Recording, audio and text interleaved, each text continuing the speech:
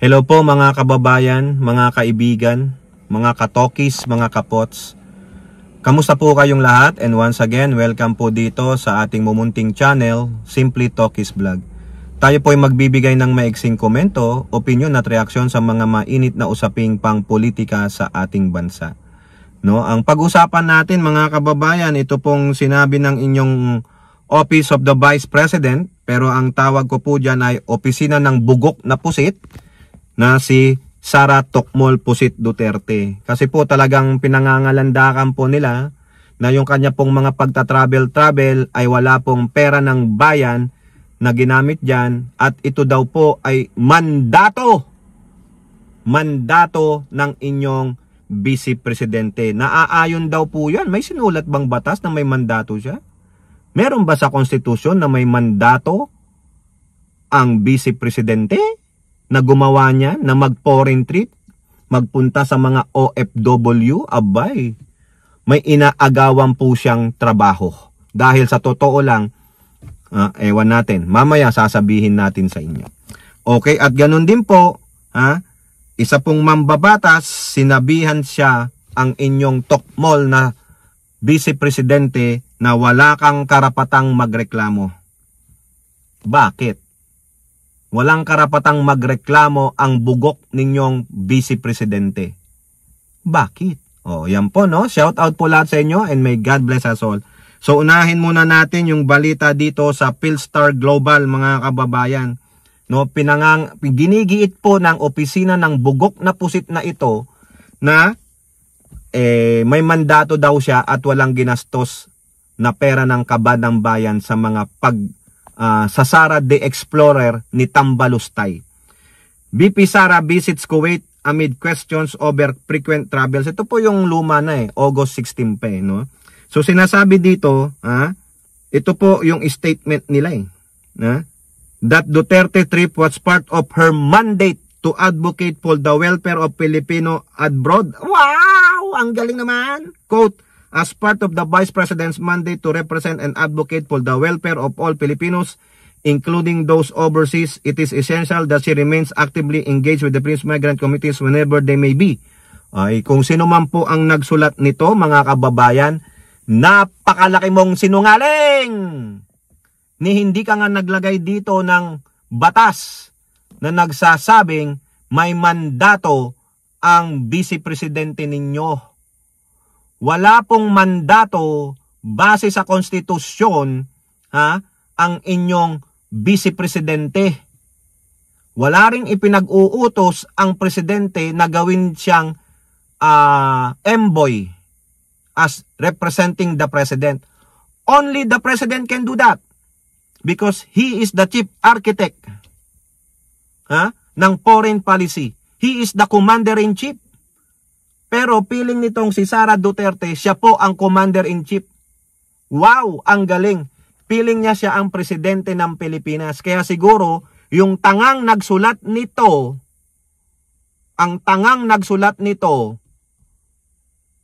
iniisip na presidente na si Sara Duterte. Oy, bugok. Talagang ang opisina ni Pusit ay bugok kasi bugok ang pinuno, bugok ang mga nandyan. Masaktan na kayo kung masaktan kayo. Kung sino ka man na nagsulat ka at pinirmahan ito ni Sara Duterte, inaprubahan niya, mga bugok kayo. Piling nyo, presidente na si Sara Duterte, may mandato. Saan sa konstitusyon? Ano ang sabi ng konstitusyon?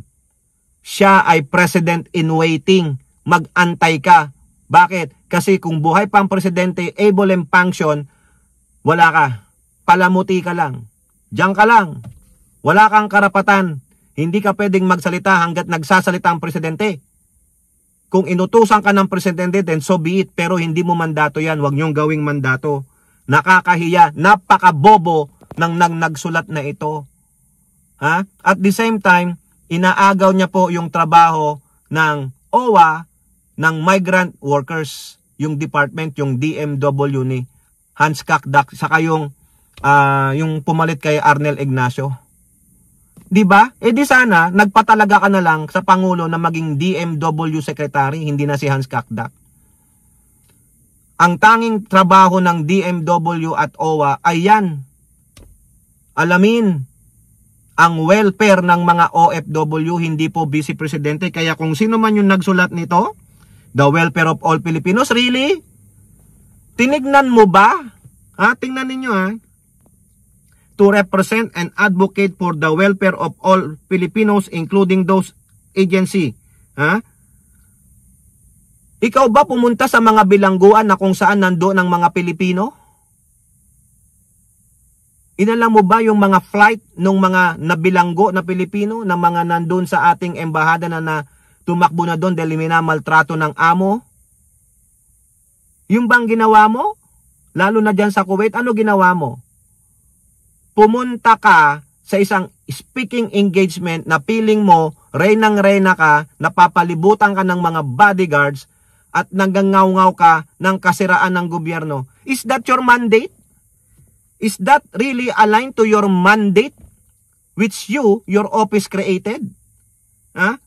Wala nga sa konstitusyon Kayo lang ang gumawa nito to advocate for the welfare of all Filipinos, including those overseas. Maka hindi naintindihan talaga nung sumulat nito Anong welfare ang inadvocate mo doon sa speaking engagement mong paninira? Nagdi-destabilize ka ng gobyerno, is it the welfare? Lalong mapupunyeta ang mga manunood sa'yo. At ang balita pa, nagkontribusyon. Hiningan nyo pa ng entrance fee.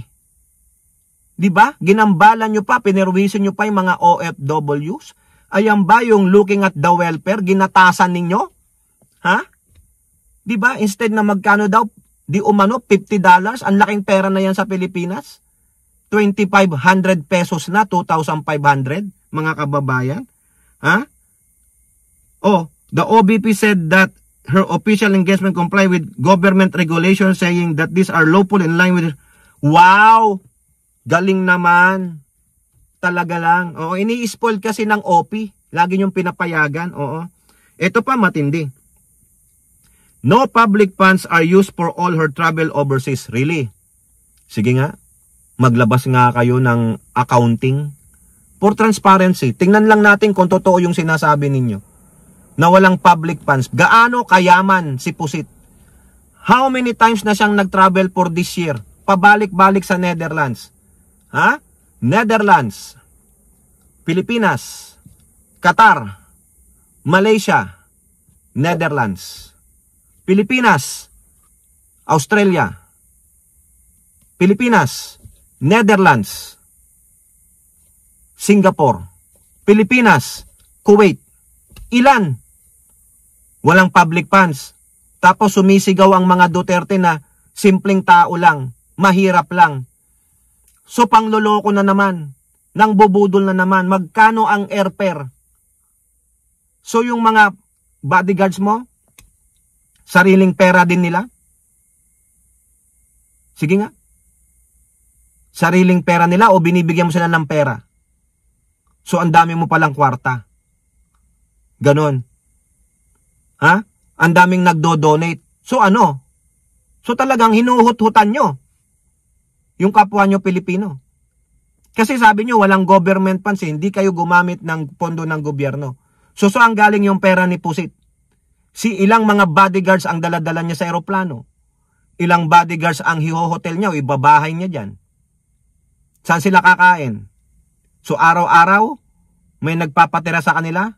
Mga supporter nila? So therefore, ginambala nyo nga. Ginamit nyo ang mga Pilipino sa ibang bansa para sa sarili mong interes? Diba? Nanggagambala ka. Pero wala kang mandato. Gawa nyo lang yung mandato ninyo, mga animal kayo. Walang government funds? Sino nagpapasahod sa mga bodyguards?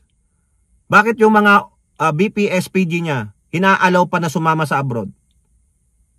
Meron pa yung mga PA yan. May assistant yan. Sino nagpapasahod? Ikaw? So walang public funds. Anong ginagamit nilang pera pang gastos? Galing sa'yo? O diba? Walang public funds. Kasi ang daming confidential funds. Diba? Yung palang private mo yan. Di ang dami mong pera. Ano ba trabaho mo? Vice Presidente. Magkano naipon mo? Bilangin yung travel trip niya. Hindi lang naman pamasahe sa eroplano. Ibig sabihin, nilibre ka ng eroplano? May nanlilibre sa yung airfare? Magkano airfare from the Philippines to Netherlands and back and forth? Magkano ang travel sa Philippines to Australia back and forth? How much is to Singapore and back and forth? Kuwait back and forth? Mamaya-maya pupunta na naman ng Netherlands. Bakit? Ito ka niya na eh. Diba? Oh, galing diba? Mayaman, mapera si Sara Tocmol Duterte. Bakit? Siyempre, may bangko. May bangko. O ngayon, punta naman tayo dito sa isang mambabatas, yung representante ng ano ba to? Akbayan ba to? O Act Teachers. Si Canto Tinio, ay mali, si ano pala, si ano pa nga ito? Antonio Tinio, ha? Ng Act Teachers Representative. Ito yung pumalit kay Representative Franz Castro kasi ano na siya lagpas na, ha? Sabi dito sa Politico, walang karapatan magreklamo ang hindi nagtatrabaho. Correct! Sino ang hindi nagtatrabaho? Si Tocmol, yung bugok na pusit. Ha? Yan po ang sabi niya nung sinabi ni Sara Duterte ang papel at lapis. Wala kang karapatang magreklamo dahil hindi ka nagtatrabaho. Ha? Wala nga tinatrabaho, reklamo pa ng reklamo. Sumasahod pa, yun ang masakit. House Deputy Minority Leader Representative Act, no? Antonio Tinio, Islam Vice President Duterte over her remark that the education system in the Philippines is stuck at the papel at lapis level. Tinio said Duterte's statement is a hypocrisy given her dismal performance in education secretary from July 22 to June 24. Vice President Duterte has the audacity to criticize the education system when she herself is the worst DepEd secretary ever. VP Duterte even failed to deliver even a tiny fraction of what was expected of her during her tenure as education secretary. Correct! The audacity sa kapal, sa bagay, makapal nga naman talaga siya. Tingnan ninyo. Ganunin nyo yung pisngi niyan, hindi nyo makukurot. Bakit? Kasing kapal po yan ng 20 na size na hollow block. Opo, makapal po talaga mukha niyan. O ganyan po talaga pag anak ng demonyo. Oo. Walang karapatang magreklamo ang taong hindi nagtatrabaho. Correct. Ha? Tama yan. Tinio said cited the Congressional Policy and Budget Research Department report showing that DepEd under Duterte's leadership only disbursed 11% of its budget for textbook and other instructional materials in 23 and 17. Biruin ninyo, ang laking pera nun. Saan napunta ibang pera? Wow! No. How can she complain about our students lacking across modern technology when she could not even ensure they have basic textbooks and learning materials? Paano niya masasabing kulang tayo sa teknolohiya at hindi nga niya nabigay ang mga pangunahing pangangailangan ng mga estudyante? Correct! According to COA, Tinio said DepEd under Duterte finished building 192 out of 6,379 classroom target in 2023. Wala eh. Pinababalik nga yung 12 billion sa kanya na disallowance niya, ayaw niya ibalik. Mas inatupag pa niya ang confidential funds sa DepEd sa halip na learning crisis. You are definitely the worst DepEd secretary ever. O ayan po, repairing to 112.5 million of the 150 million CIF. Under her watch, school-based feeding programs achieve only 48% implementation, while billions of pesos allocated for education remain unutilized. Ang mga batang gutom at walang aklat pero matututo ng robotics at coding. Correct. Hirap kaya mag-code. Hirap kaya pag-aralan ng robotics. She speaks at high school student who cannot read, but conveniently ignored that this learning crisis worsened under her leadership. The UNICEF statistics she cites are indictment of her own performance. Correct. Not just the educational system. Ayan po, tama po yun. No? Walang karapatan ang taong hindi nagtatrabaho. Walang karapatang mag-criticize ang taong hindi niya nagampanan ng tama yung departamento niya. Bugok ka talaga, Sara Duterte, no? Eto ka, eto ka, nek mo. Bugok. O kayo po, ano pong inyong masasabi? Comment down below. And don't forget to like and share. Hope to see you in the next videos. Bye-bye. God bless.